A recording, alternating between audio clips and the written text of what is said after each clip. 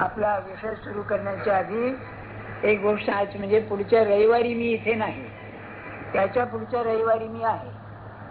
म्हणजे 31 तारखेचा जो रविवार आहे त्या रविवारी मी नाही, 7 तारखेचा नोव्हेंबरचा जो रविवार आहे तिथे मी आहे.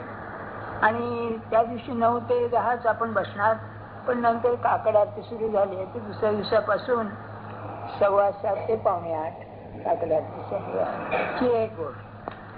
दुसरी गोष्ट आपली विनोदानं सांगायची म्हणजे अशी की आज दसरा आहे ना, दसऱ्याला सोनं लुटतात. तर काय झालं बघा, मुरारजी मला वाटतं ज्या वेळेला हे होते होम मेंबर नाही, फायनान्स मेंबर, अर्थमंत्री होते, त्यावेळेला त्यांनी त्या सोन्याचं काहीतरी हे केलं बघा, नाही का. आणि ते काय म्हणाले, बायकांच्या जवळ हिंदुस्थानात पुष्कळ सोनं आहे, तसं आता पाहिलं तर एवढं सोनं माझ्या जवळ साठलं, बायकांनी दिलेलं,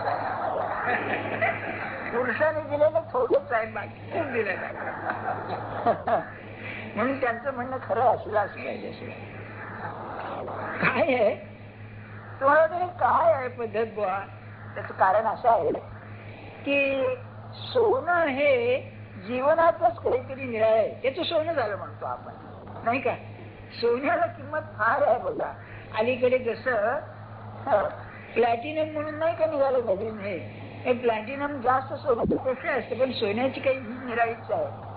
त्या पिरॅमिड मध्ये, इजिप्शियन पिरॅमिड मध्ये ज्या त्या कबरी सापडल्यात ना, त्यातली जी तुतनखामेनची विहीर आहे ती प्रसिद्धच आहे.